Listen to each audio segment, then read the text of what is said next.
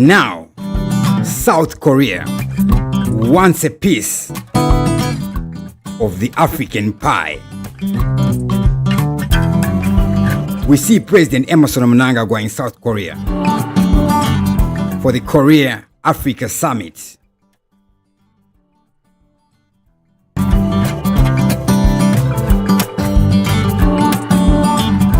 What happened there? And why does South Korea want a piece of Africa?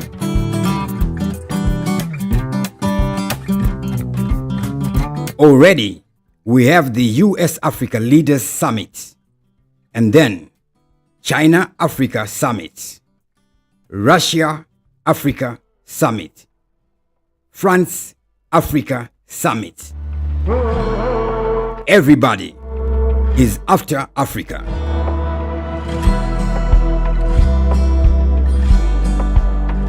Now, what does this mean?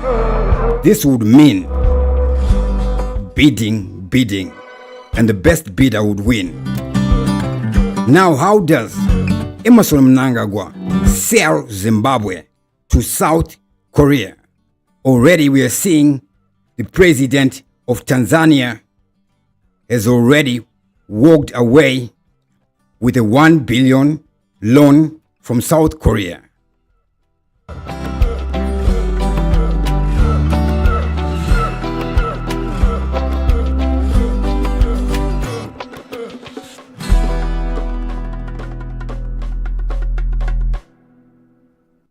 Now ED, when he speaks, he knows I'm talking to guys who are bidding here.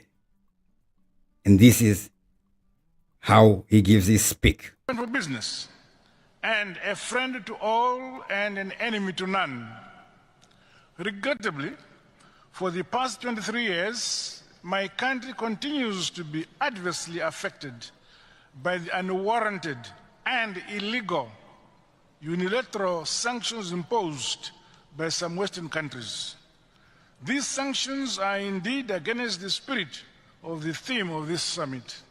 However, leveraging on our abundant and rich natural resources.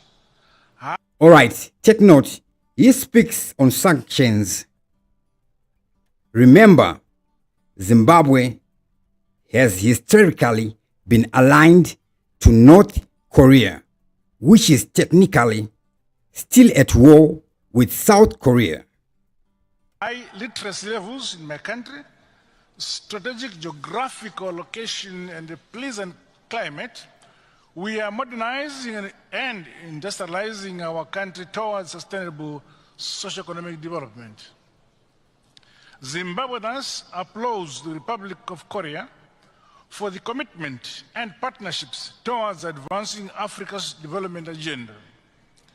The journey traveled by the Republic of Korea is a beacon and source of encouragement. Numerous lessons can be drawn. The journey traveled by South Korea is a beacon of encouragement. From Korea in terms of the appropriate policy ecosystems as we accelerate transformative policies to lift more people of Africa from poverty into a higher quality of life. Africa has rich natural resources, abundant Arab land, a young population, as well as the requisite resources and the climate for new green energy solutions, among other factors. Riding on these, it is important for this summit to commit to increase investments for the localization of the manufacturing processes in Africa. Localization of the manufacturing processes in Africa. This is the economic solidarity that will guarantee shared and transformative growth. To build the future together, we must be bold by facilitating and supporting African businesses and entrepreneurs to enter global value chains. This will not only help Zimbabwe is open for business, and a friend to all global value chains. So he's selling his points, but he's setting conditions here.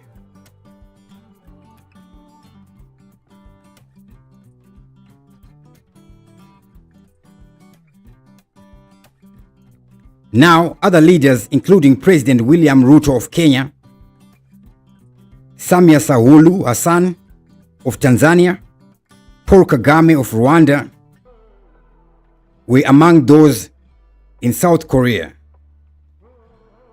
Ethiopian Prime Minister and also Sierra Leonean President, Tanzania, Kenya, Morocco, all the guys were there. You know, when you see Paul Kagame at a function, William Ruto. Now, Tanzania, Kenya and Morocco are among the first to begin talks on economic partnerships with South Korea, and Tanzania already has secured a $1 billion loan from Korean Economic Development Cooperation Fund. If we go to x.com, ED's X account, he writes, "This morning I addressed the South Korea African Summit in Seoul, Zimbabwe. Zimbabwe is ready to engage in a mutually beneficial partnership with South Korea. Our open business policy and focus on joint investments in agriculture, mining, and innovation lay the groundwork for a lasting relationship." That is all he writes. Not much details, but just updates. So one writes a comment. He says, "Why does the whole continent get summoned by one country?" Now, this country is a superpower, right? This country has been through maybe where we are right now and even worse.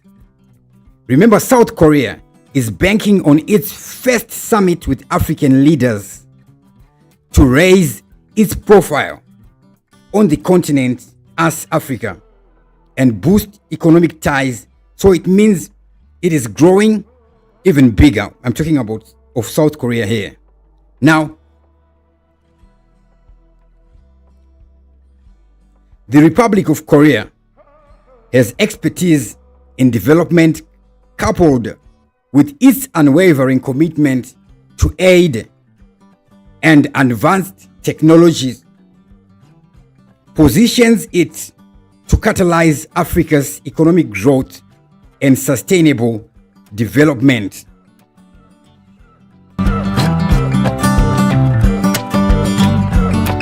Usually, most Southern African nations are leaned towards the American and the British culture. So we don't really know what will be happening in countries like Singapore and South Korea. South Korea is where we get things like K-pop, which is bigger than even the US music. Now, we hear President ED talking of sanctions while in South Korea. Remember, previously Zimbabwe has had close relations with North Korea dating back before independence in the 1970s, but in recent years we saw cooperation with South Korea. Like in 1994, that's where we first see the first formal diplomatic relations and then subsequent opening of the South Korean embassy in 1995.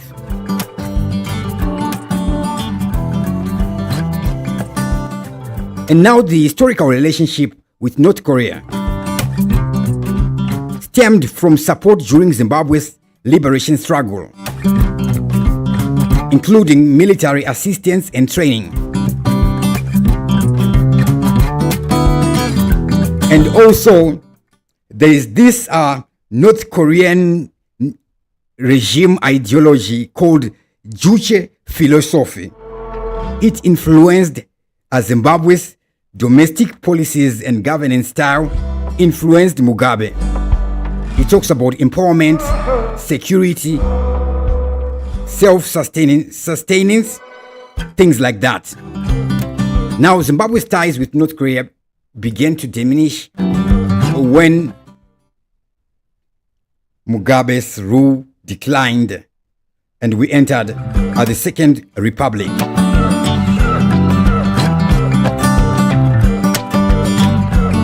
Now, the fact that Zimbabwe is dead, this transition reflects broader international trends, with South Korea now emerging.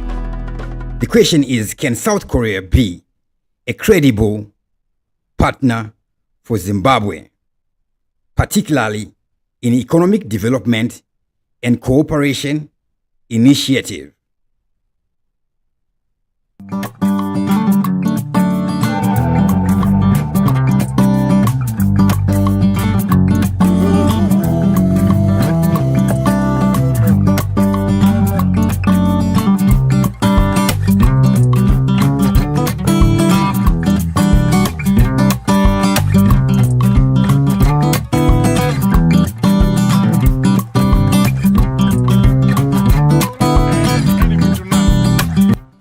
Regrettably, for the past 23 years, my country continues to be adversely affected by the unwarranted and illegal unilateral sanctions imposed by some Western countries.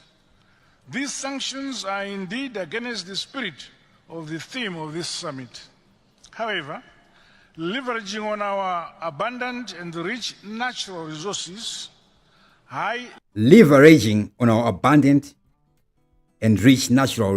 leverage. Now, this is very, very clever. Literacy levels in my country. High literacy levels, and he adds, in my country. Strategic geographical location. So he's really selling Zimbabwe and trying to outshine the other guys. And a pleasant climate. We are modernizing and industrializing our country towards sustainable socio-economic development. Zimbabwe thus applauds the Republic of Korea for the commitment and partnerships towards advancing Africa's development agenda.